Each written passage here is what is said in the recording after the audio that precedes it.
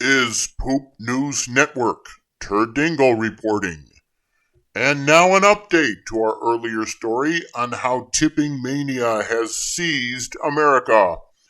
Turns out that Americans are fed up with being asked for tips, and more tips, and have taken to social media to call it like they see it.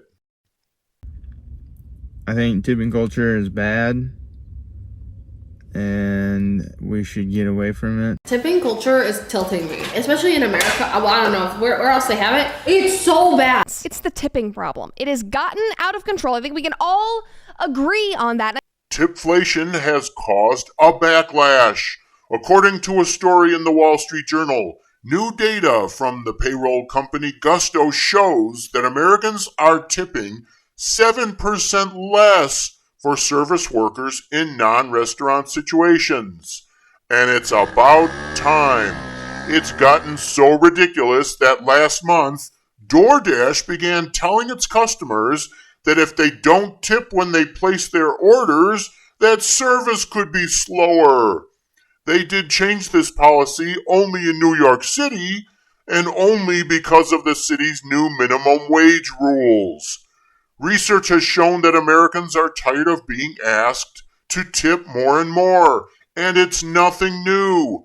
A research article from 2021 even showed that consumers considered being asked for tips before a service to be manipulative, and that they were less likely to return to give establishments doing so any repeat business, or even leaving negative online reviews or tipping less than they normally would.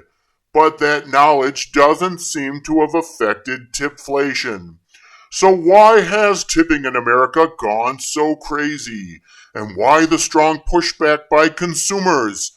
It may have something to do with how inflation has made almost everything more expensive, and now on top of that, it seems like everybody wants a tip.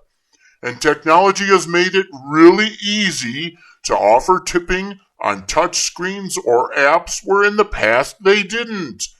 And payment processing platforms like Toast and Square already offer built-in tipping features. So what happens if these services demand a cut of any tips in the future? Tipping expectations could get even worse, which would be unfair to consumers and service workers who would receive any tips. There are calls to end tipping altogether and go to a more European model, where you would pay more upfront, but the tip is actually part of the price you pay for the service you receive, eliminating the need to leave a tip. But low wages and other factors make it difficult to change tipping culture in America. There's no easy answer to this situation. The bottom line, all these handouts for tips totally suck.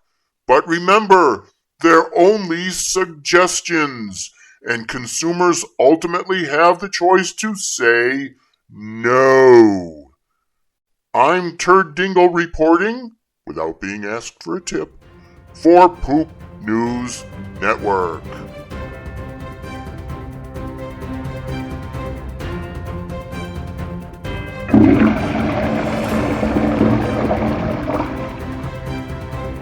Oh.